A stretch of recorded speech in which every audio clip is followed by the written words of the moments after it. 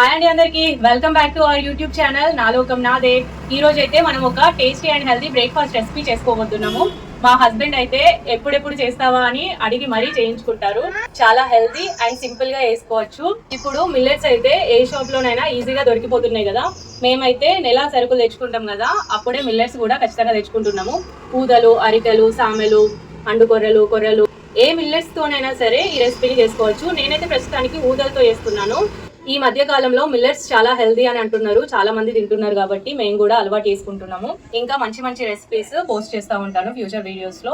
తప్పకుండా నా ఛానల్ అయితే సబ్స్క్రైబ్ చేసుకొని పెట్టుకోండి. అంతేకాకుండా లాస్ట్ లో మేము ఆ రెసిపీని టేస్ట్ చేసి మీకు కూడా ఎలా ఉందో చెప్తాము.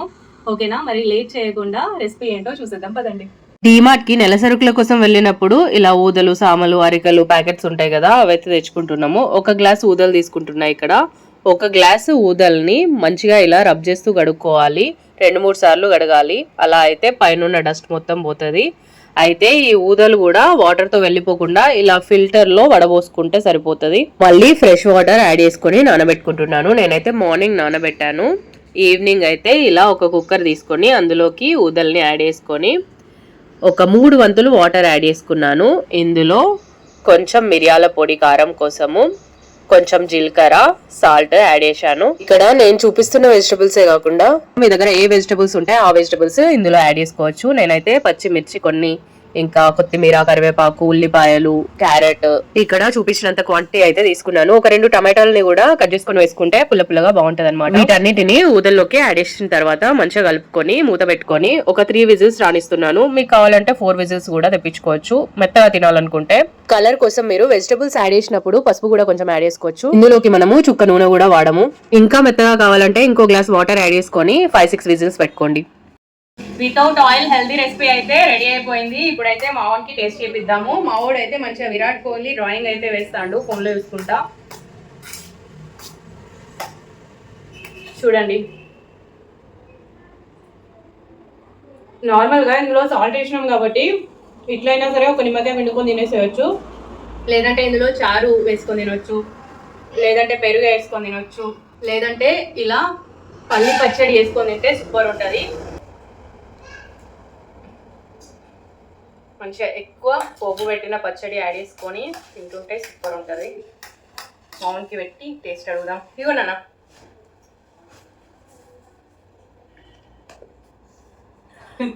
తినక ముందే అవునా? సూపర్ అంట ఫ్రెండ్స్, మీరు కూడా తప్పకుండా ఇది ట్రై చేయండి. మా ఆయన కూడా తినిపిద్దాం. ఏమండి ఒకసారి రా. ఏంది? ఇప్పుడు మా హస్బెండ్కి కూడా తనకి ఇష్టమైన రెసిపీని టేస్ట్ చేపిద్దాము. అప్పుడప్పుడు నేను ఇవి నానబెట్టడం మర్చిపోతే ఈయననే నానబెట్టి చేయమని చెప్తూ ఉంటాడు. పొద్దున నానబెట్టి సాయంత్రం చేయమంటాడు. మమత అగో నానబెట్టిన ఊదలు చెయ్యి అని అంటాడు. అంటావా నవా? ఎందుకు ఇది నీకు ఇష్టం బాగా? సూపర్ ఉంది. ఎందుకు ఇష్టం నీకు బాగా ఇది? ఆయిల్ ఫుడ్ పోతుంటే 100 వాళ్ళ అయ్యాం. ఇది చాలా హెల్తీ. వితౌట్ ఆయిల్ అసలు ఆయిలే బాగుంది. బాగుంది. షైనీ లేదు, తినిపిద్దామంటే పక్కింటికి వెళ్ళింది. తను వచ్చాక టేస్ట్ చేపిద్దాము. అవునా? మంచిగానే ఉంది, కానీ చట్నీలో ముంచుకొని తింటే ఇంకా మంచిగా ఉందట. మా షైనీ కూడా వచ్చేసింది. ఎలా ఉంది?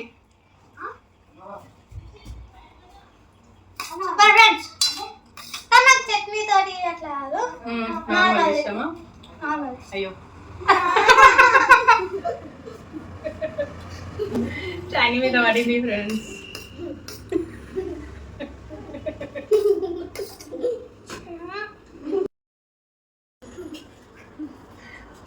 ఏయ్ ఎందుకు పెట్టుకుంటావులే మళ్ళా? నేను కదా వేసింది, వాడేసిండా? ఇంతేనండి ఈ వీడియో. ఈ వీడియో కనుక మీకు నచ్చినట్లయితే తప్పకుండా మా ఛానల్ని సబ్స్క్రైబ్ చేసి లైక్ చేయండి.